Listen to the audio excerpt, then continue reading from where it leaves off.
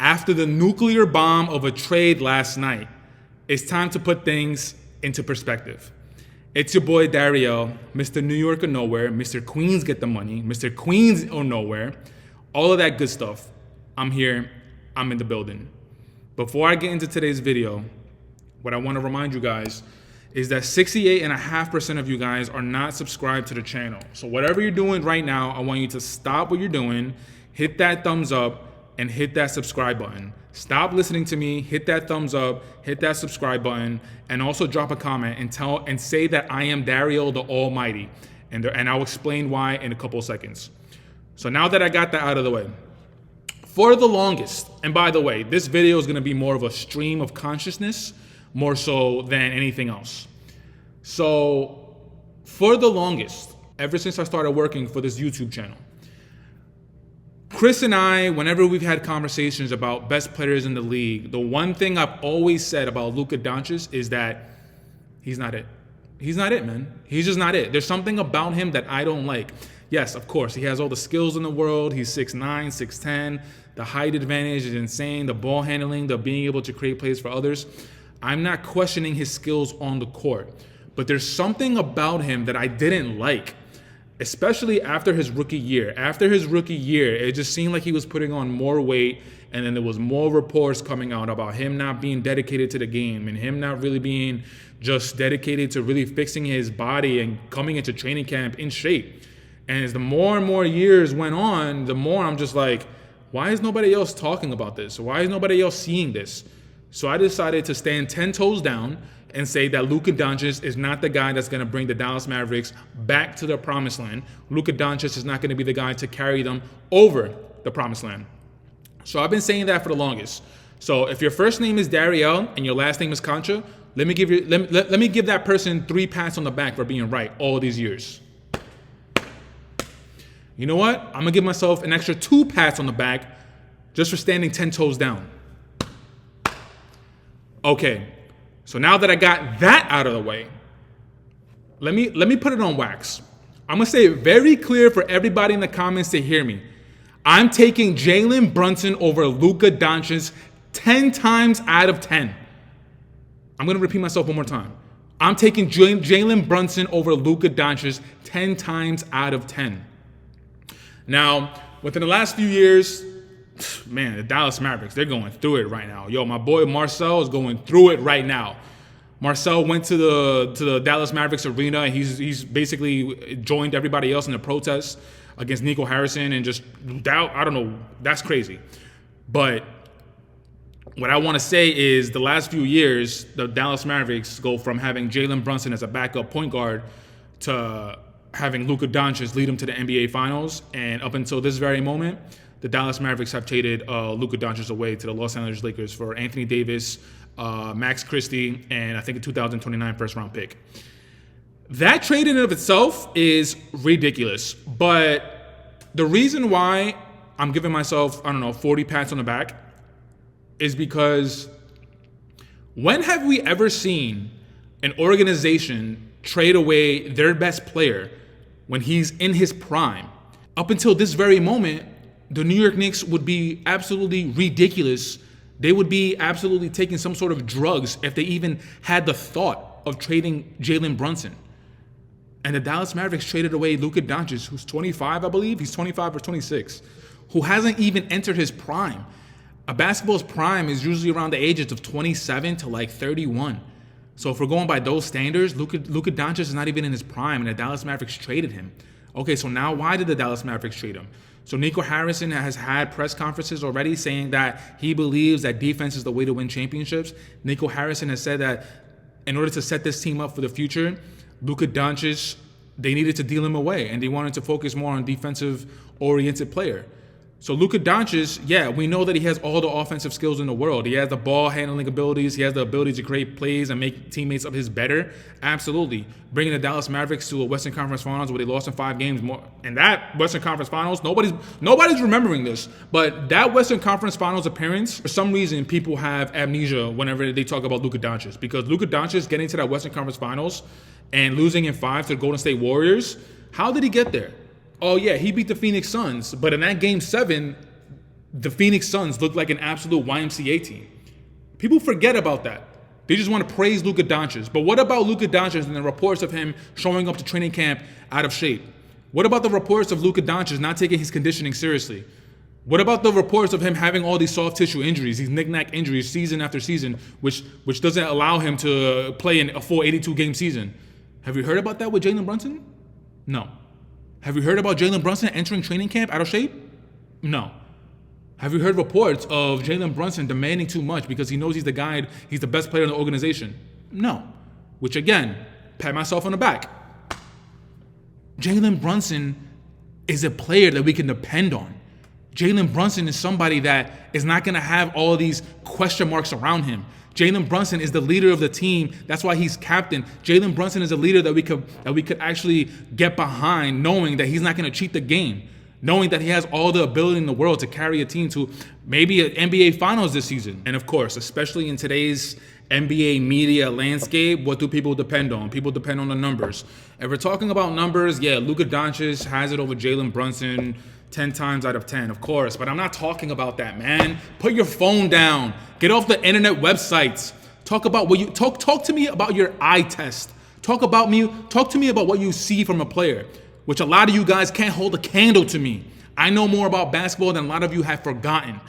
But you know what? Let's have that argument. Let's stay in that lane. If we're talking numbers for this season, Luka Dončić is only playing 22 games because of that calf strain on Christmas Day. But for this season, he's averaging 28 points, 8.3 rebounds, and 7.8 assists. To this season, Jalen Brunson is averaging 25.7 points, 7.5 assists, and 2.9 rebounds.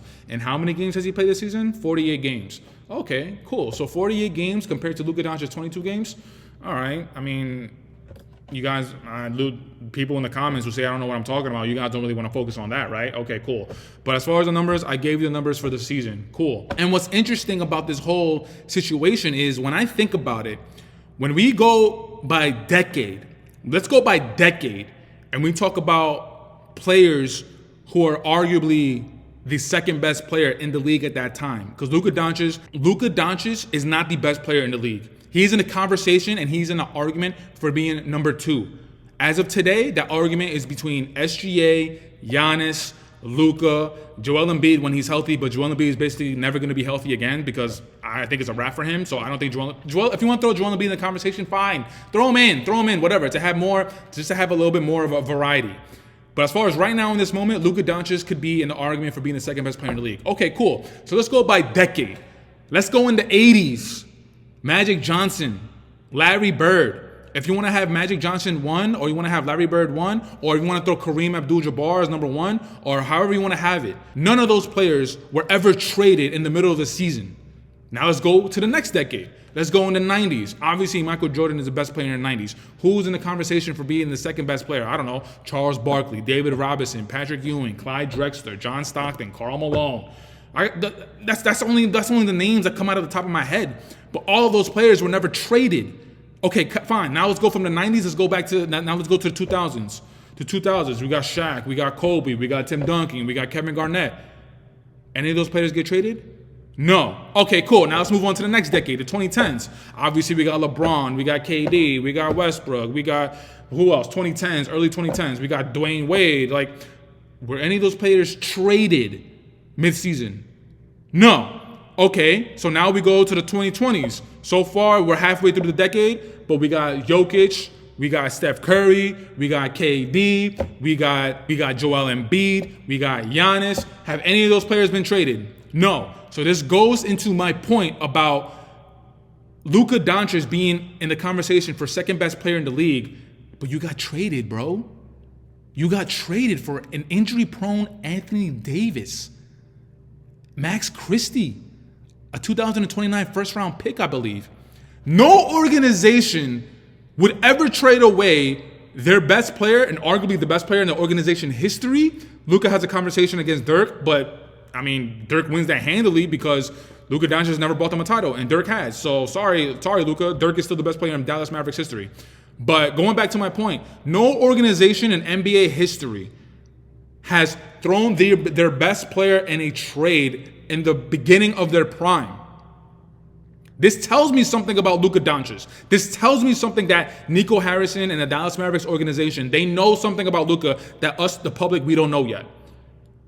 There's something going on with Luka that people aren't talking about. Whether it's something that he just can't get right with his conditioning, something that he can't get right with his motivation. I'm not talking about numbers. I'm not talking about stats. Throw that all away, man. Get off your phone. Look up. Stop looking down on your phone. Look up and look around. Use your eye test. I'm talking about what's in here, baby. I'm talking about what's the motivation. What's the motivation that's inside you to show everybody that you're the best player of all time? Do you have that in you? And up until this point, the Dallas Mavericks have proven my point, and they have justified my point and what I've been saying all along. Once again, to round out the video, I'm taking Jalen Brunson 10 times out of 10 over Luka Dončić. Luka Dončić has all the offensive skills in the world. He's able to create plays for himself. He's able to create plays for others. He has 2 Western Conference Finals appearances under his belt. He has an NBA Finals appearance under his belt. But unfortunately, he was not able to come through with those appearances.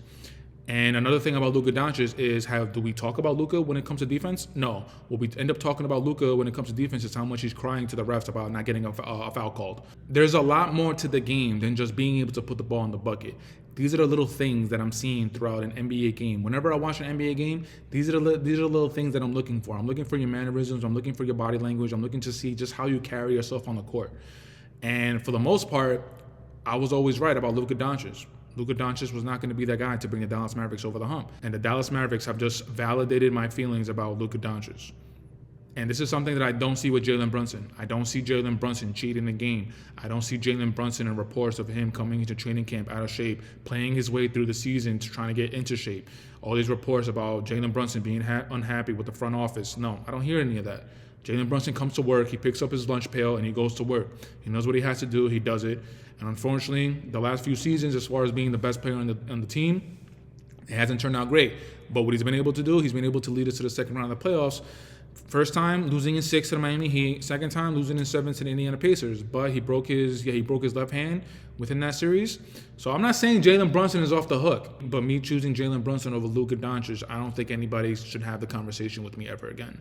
Because again, the Dallas Mavericks, they've just validated all of my ideas, all of my feelings, all of my thoughts about Luka Dončić. And up until this point, I don't have any of those feelings towards Jalen Brunson. I think Jalen Brunson is going to be able to be the guy to at least get us to the finals. As far as us winning an NBA Finals, that's another conversation. But I do think Jalen Brunson will be the guy to get us to the NBA Finals. And there's a slew of other questions that need to be brought up as well.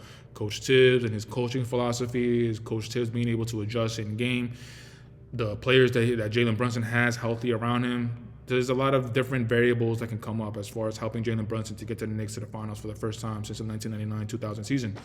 But if we're talking about the quality of player, if we're talking about what I see as far as can this player be one of the special players to get the organization over the hump, Luka's not that guy. Now that I've come to the end of this stream of consciousness that I've had regarding the whole Luka Dončić trade going to the Lakers, I want to say thank you guys so much for checking out this video. Leave it in the comments. Let me know what you guys think about me choosing Jalen Brunson over Luka Dončić 10 times out of 10, twice on Sunday. Leave it in the comments. Let me know what you guys think. You guys are probably going to hate on me and say that I'm crazy, saying that I don't know what I'm talking about. But all I got to do is say what I've been saying about Luka Dončić this whole time. Who's the one person that's been saying that, nah, this guy's not it? Point to that. I got receipts, baby. Talk to me later. Queens forever.